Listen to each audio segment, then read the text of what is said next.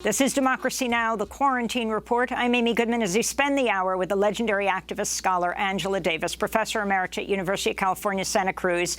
President Trump has announced he's holding his first campaign rally since the quarantine, since lockdowns across the country, since the pandemic. He's holding it in Tulsa, Oklahoma on June 19th. A highly symbolic day. It was June 19th, 1865, that enslaved Africans in Texas first learned they were free, 2 years after Abraham Lincoln signed the Emancipation Proclamation. The day is now celebrated as Juneteenth.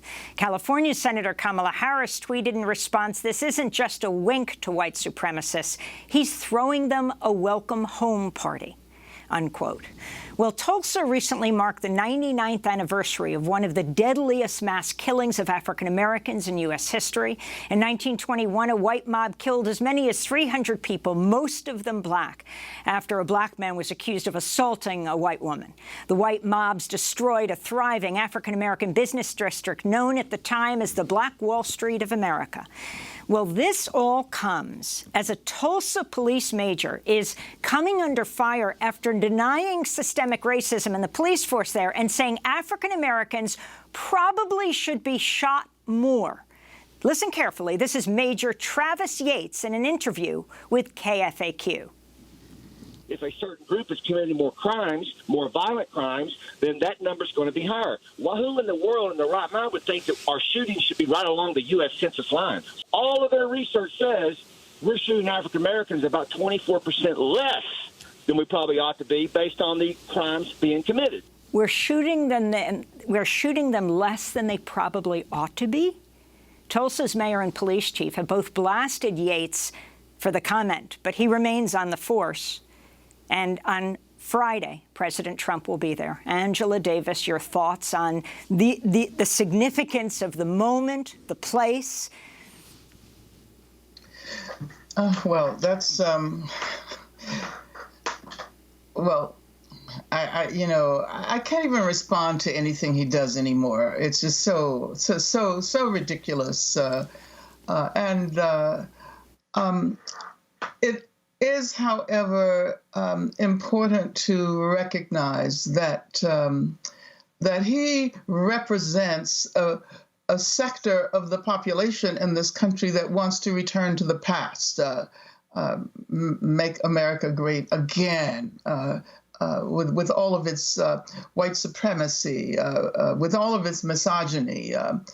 And I think that at this moment, we are recognizing that we cannot be held back by such forces as those represented by the current occupant of the White House.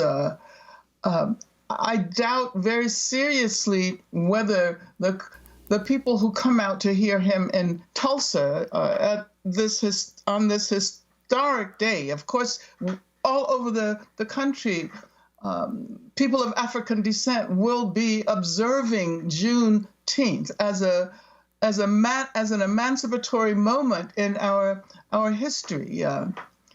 But I think that our role is to start to begin to translate some of the energy and passion into transforming institutions.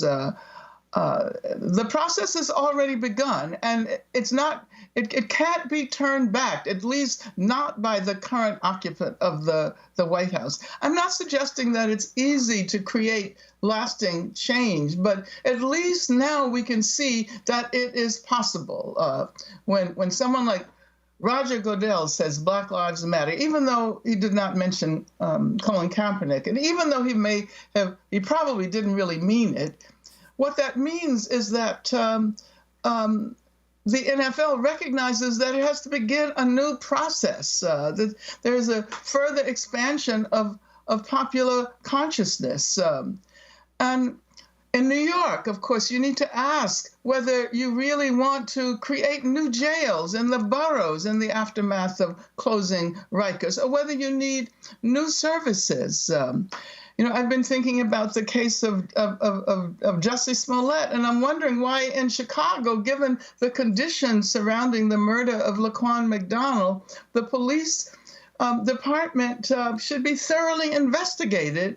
And we need to ask, how is it that the public could so easily be rallied to the police narrative of what happened in the case of Jussie Smollett? So there is so much to be done. And I think that the rallies that the current occupant of the White House is holding will fade into, don't even merit footnotes in history. Angela Davis, I wanted to ask you about another event that's taken place on Juneteenth, on June 19th. The Birmingham Civil Rights Institute is finally going to issue the Fred L. Shuttlesworth Award during a virtual event on Juneteenth.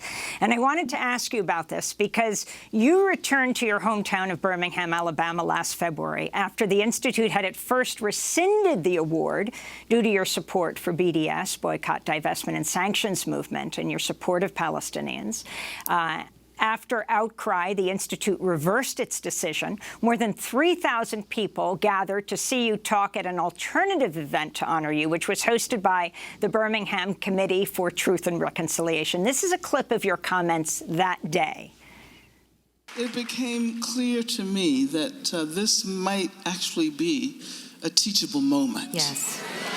That we might seize this moment to reflect on what it means to live on this planet in the 21st century and our responsibilities not only to people in our immediate community, but to people all over the planet. We were there covering this amazing moment where the Birmingham Civil Rights Institute had rescinded the award to you, the Fred L. Shuttlesworth Award, went through enormous turmoil. The mayor of Birmingham, so many people across the spectrum criticized them for it. But then this process happened, and you are going to be awarded this. Can you talk about the significance of this moment and what you plan to say on Juneteenth, the day that President Trump will be in Tulsa? Well, thank you for reminding me that these two events are happening on the same day. And of course, that was, I think, the last time I actually saw you in person, Amy, in Birmingham. A lot has happened over the last period, including within the context of the Birmingham Civil Rights Institute. They have completely reorganized. They have reorganized their board. They have been involved in conversations with the community. Of course, as you know, the mayor of Birmingham was threatening to withdraw funding from the Institute. There was a generalized uprising in the Black community. And, you know, while at first it was a total shock to me that they offered this award to me and then they rescinded it, I'm realizing now that that was an important moment because it encouraged people to think about the meaning of human rights. And why is it that Palestinians could be excluded from the process of working toward human rights?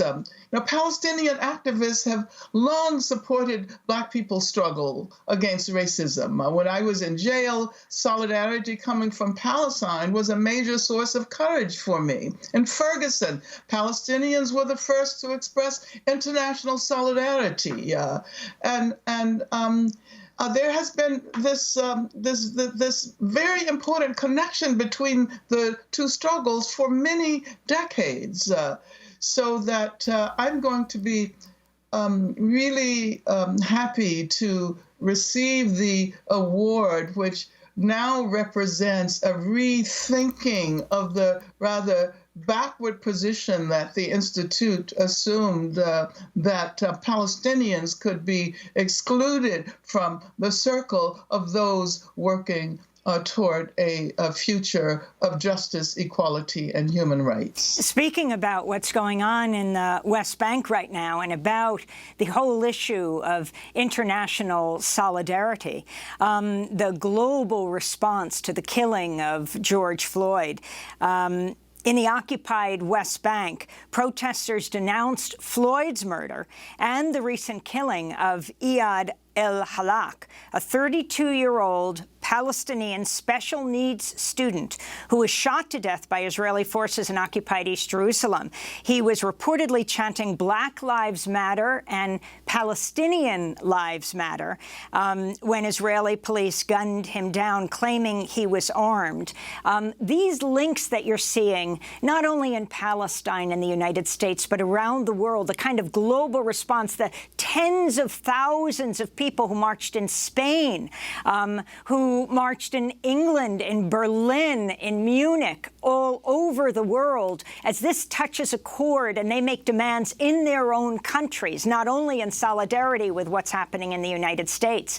And then I want to ask you about the U.S. election that's coming up in November. Well, yes, Palestinian activists have long supported Black people's struggle against racism, as I pointed out, and I'm hoping that today's young activists recognize how important Palestinian solidarity has been to the Black cause, and that they recognize that we have a profound responsibility to support Palestinian struggles as well. I think it's also important for us to look in the direction of Brazil, whose current political leader competes with our current political leader in many dangerous ways, I would say. Brazil, if we think we have a problem with racist police violence in the United States of America, look at Brazil. Marielle Franco was assassinated because she was challenging the militarization of the police and the racist violence unleashed there. I think 4,000 people were killed last year alone by the police in Brazil. So I'm saying this because and of course, the president of Brazil, a close ally of President Trump.